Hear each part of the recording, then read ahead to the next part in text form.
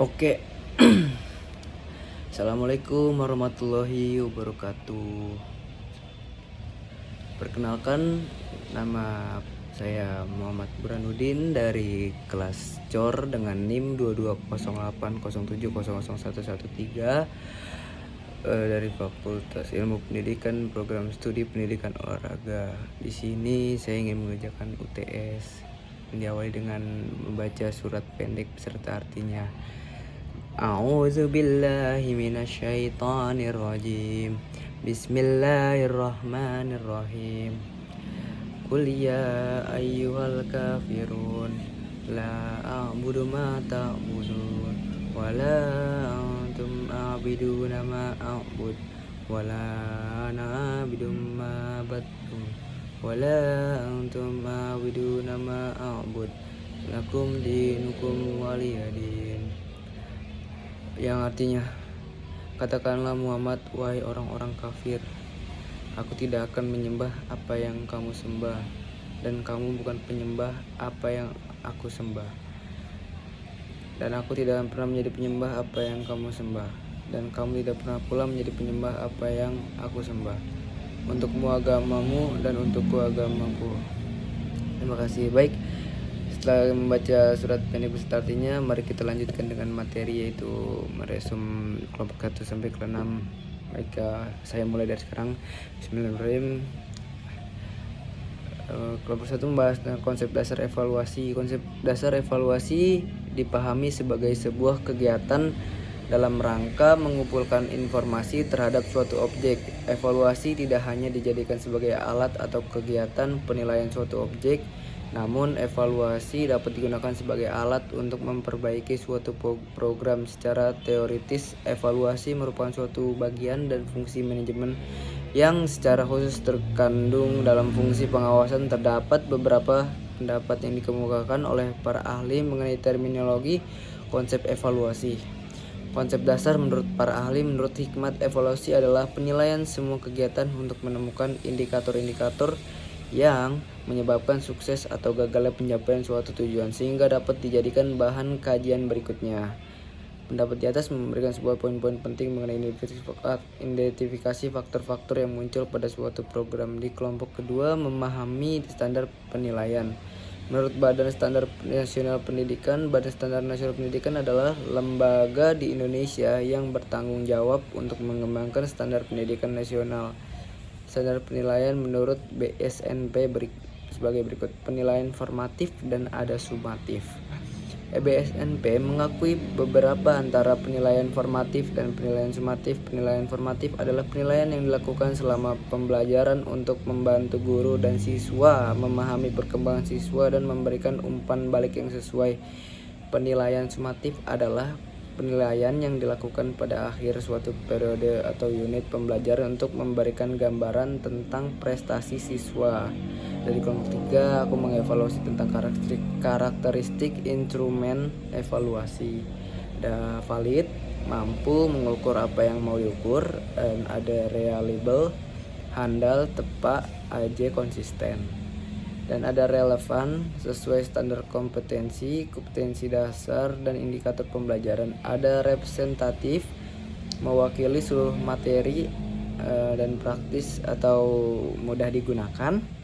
Diskriminatif, khusus untuk objek tertentu. Dan ada proporsional, tingkat kesulitan yang proporsional. Kelompok 4, prosedur tentang pengembangan evaluasi pembelajaran. Yang pertama ada pencernaan evaluasi, dan kedua pelaksanaan evaluasi, dan ketiga monitoring pelaksanaan evaluasi, dan keempat pelapor hasil evaluasi. Baik, kita lanjut.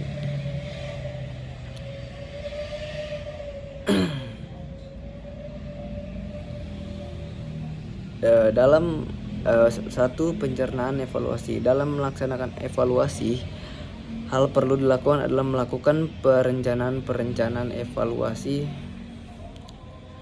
Harus dirumuskan secara jelas, spesifik, dan terurai karena akan mempengaruhi langkah-langkah selanjutnya, bahkan mempengaruhi keefektifan prosedur evaluasi tanpa secara menyeluruh.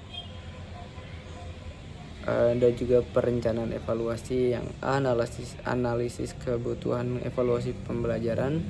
B. Menentukan tujuan penilaian. C. Mengidentifikasi hasil belajar. D. Menyusun kisi-kisi. Dan E. Mengembangkan draft instrumen. Dan F.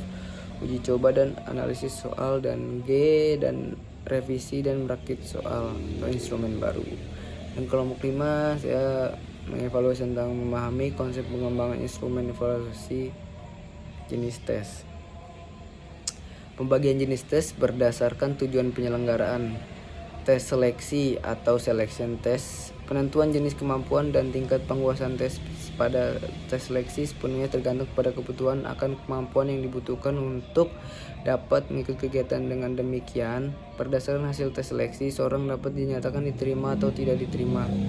Tes hasil belajar. Hasil belajar yang diungkapkan lewat tes hanya belajar dapat mengacu pada hasil pengajaran secara keseluruhan. Pada akhirnya penyelenggara atau pada kurun waktu tertentu, isi tes harus secara jelas mencerminkan isi pengajaran yang secara nyata telah diselenggarakan. Dan ada juga tes penempatan atau placement test. Tes penempatan umumnya diselenggarakan menjelang dimulainya suatu program pengajaran dengan maksud untuk menempatkan seseorang pada kelompok yang sesuai dengan tingkat kemampuan yang dimilikinya. Baik, dengan ada juga memahami pengembangan instrumen non-jenis tes. Tujuan pengembangan instrumen jenis non-tes. Tujuan utama pengembangan instrumen non-tes adalah untuk mengumpulkan dan menganalisis informasi yang tidak dapat diukur melalui tes tradisional. Instrumen non-tes memberikan pandangan holistik tentang kemampuan, sikap, dan karakteristik seseorang. Tujuan pengembangan instrumen sudah, dan jenis instrumen non-tes yang umum. Observasi. Ada namanya observasi, memperhatikan individu dalam situasi nyata untuk mengamati perilaku dan kinerja mereka. Dan ada kuesioner, mengumpulkan data melalui pernyataan yang dijawab oleh responden. Dan ada wawancara, mendapatkan informasi melalui percakapan langsung dengan individu yang sedang diamati. Dan portofolio, mengumpulkan dan mengevaluasi contoh karya yang mencerminkan kemampuan dan pencapaian seseorang. Baik, terima kasih atas perhatiannya. Kurang lebih mohon maaf. Wassalamualaikum warahmatullahi wabarakatuh.